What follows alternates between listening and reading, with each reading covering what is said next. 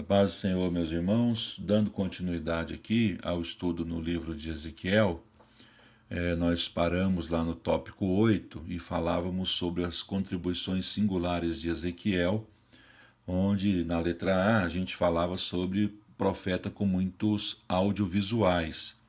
Fizemos um apanhado, rápido sobre esses textos e não deu tempo de nós terminarmos. Então aqui vamos dar continuidade. Ezequiel 22, 18 a 22, Israel é comparado à escória da fundição. Ezequiel capítulo 23, Samaria e Jerusalém são comparadas a duas irmãs adúlteras. Ezequiel 24, 1 a 14, a alegoria da panela e da carne rejeitada. Ezequiel capítulo 24, versículos 15 até o 27, Ezequiel não tem permissão de prantear a morte de sua esposa como um sinal para Israel. Capítulo 27, a alegoria do orgulho e do navio que se afunda. Ezequiel 28, versículos 12 até o 19, o retrato da criação e da expulsão do querubim, uma referência à queda de Satanás.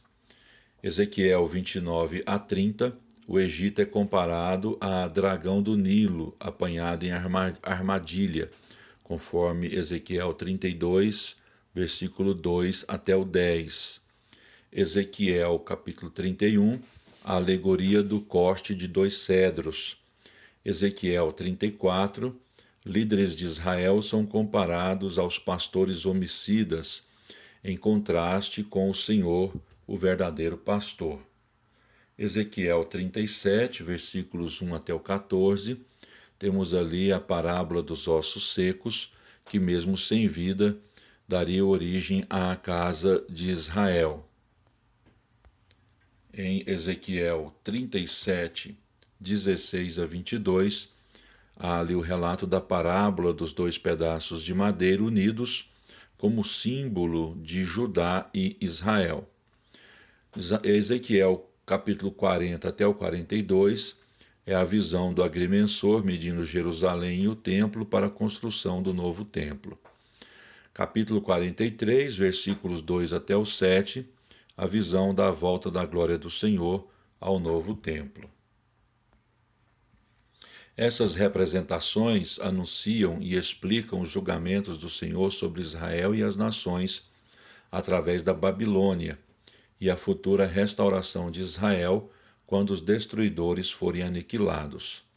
As figuras não são misteriosas, mas estão explicadas nos contextos. João tomou muitas delas emprestadas ao escrever o livro de Apocalipse.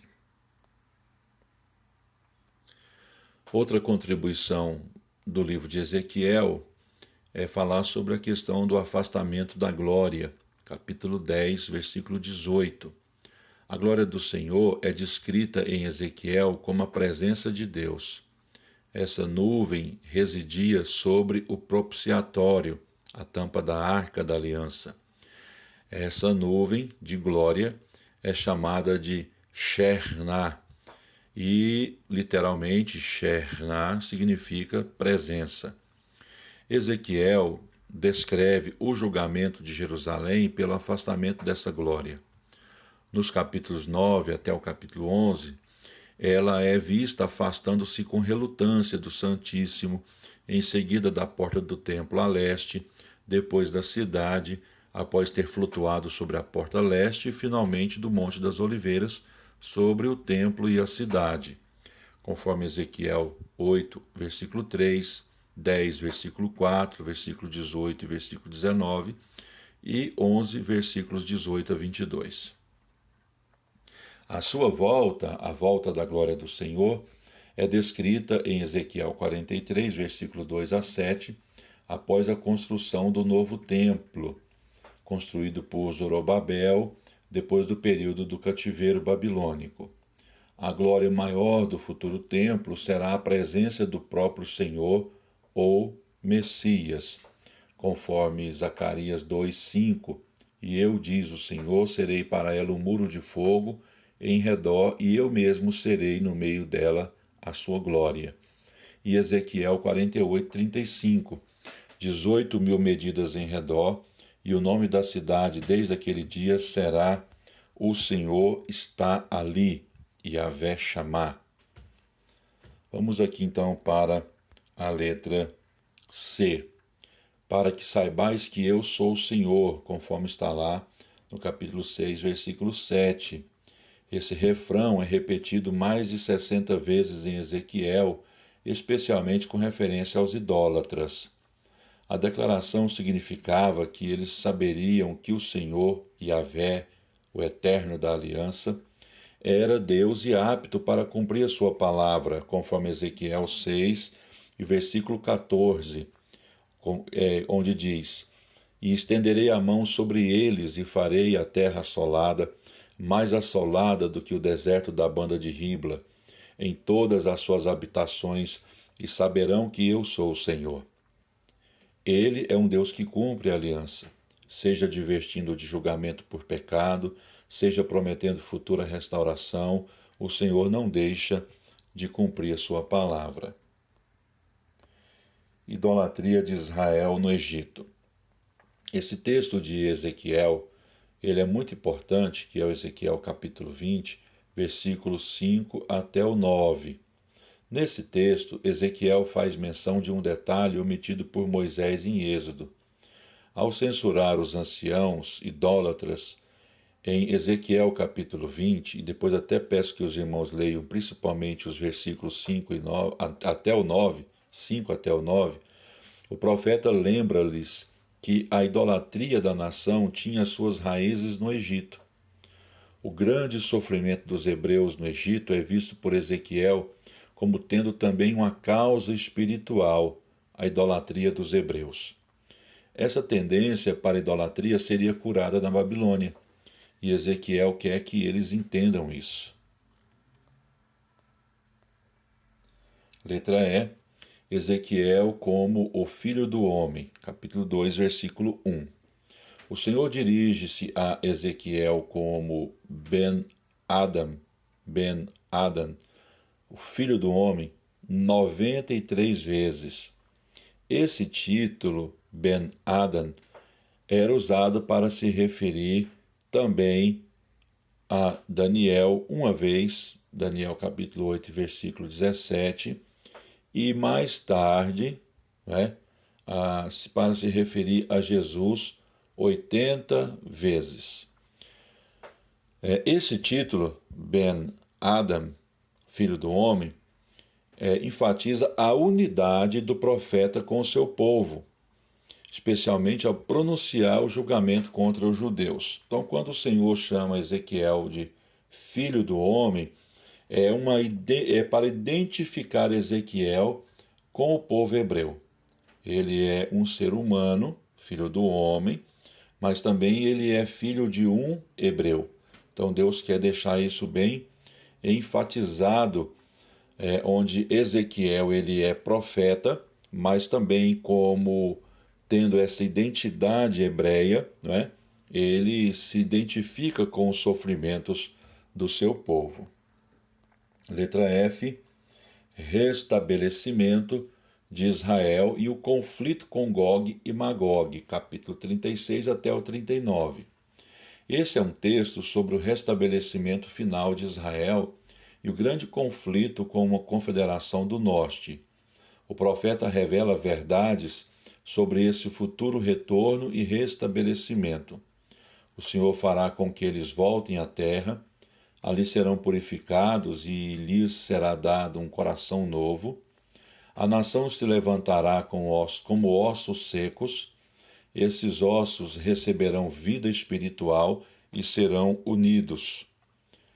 Um grande poder do norte, Gog e Magog, invadirá Israel e será desafiado pela aliança do sul e do oeste, capítulo 38 de Ezequiel.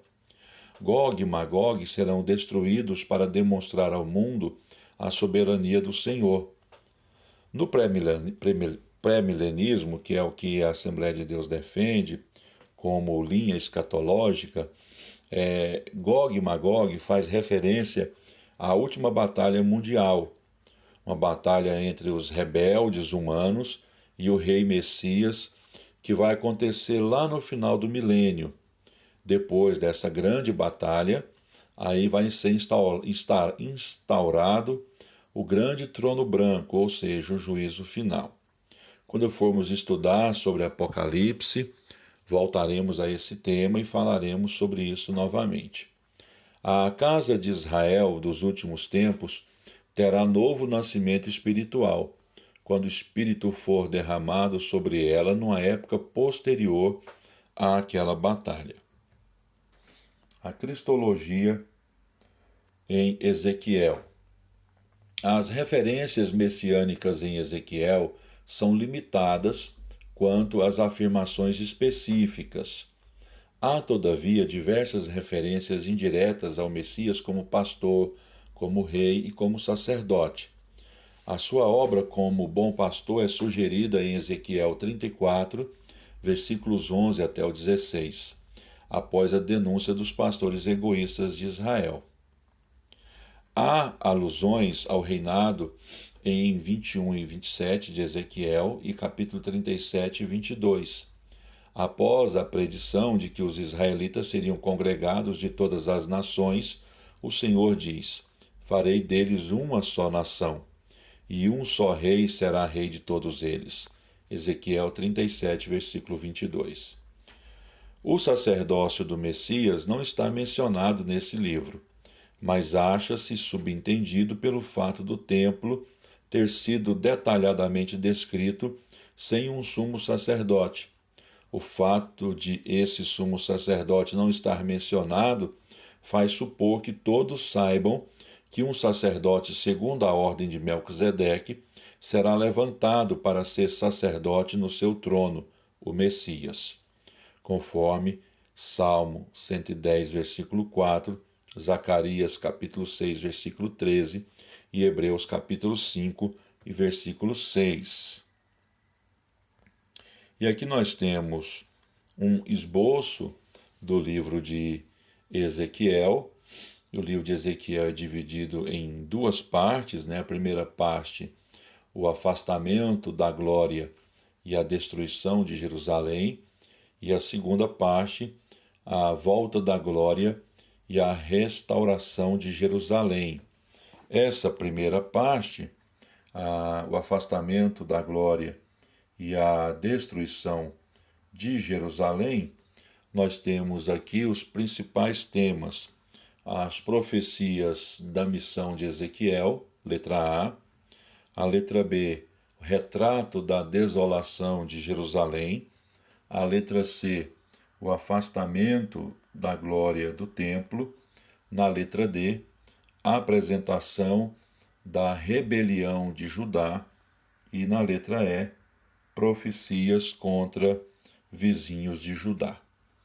Isso aqui é uma maneira para a gente dar uma olhadinha assim, de maneira rápida e procurar entender os principais assuntos, principais temas do livro. Então, a segunda parte, que fala sobre a volta da glória e restauração de Jerusalém, vai de Ezequiel capítulo 33 até o 48. Do capítulo 33 até o 39, fala sobre o processo profético de restauração de Israel. Processo profético de restauração de Israel, que vai do capítulo 33 até o capítulo 39. E na letra B, fala sobre a glória sacerdotal da restauração de Israel, que vai do capítulo 40 até o capítulo 48. Então, que Deus abençoe os irmãos. Terminamos aqui mais uma aula do nosso curso. Lembrando aos irmãos que nossas aulas têm a pretensão de passar uma visão geral sobre o livro, sobre os principais assuntos, principais temas. Nós não temos como propósito discutir as minúcias. Essas minúcias, os irmãos tendo alguma dúvida sobre alguma coisa, pode mandar uma mensagem no meu telefone, no meu WhatsApp, que eu estarei respondendo a cada um dos irmãos. Na próxima aula, vamos falar sobre o livro de Daniel.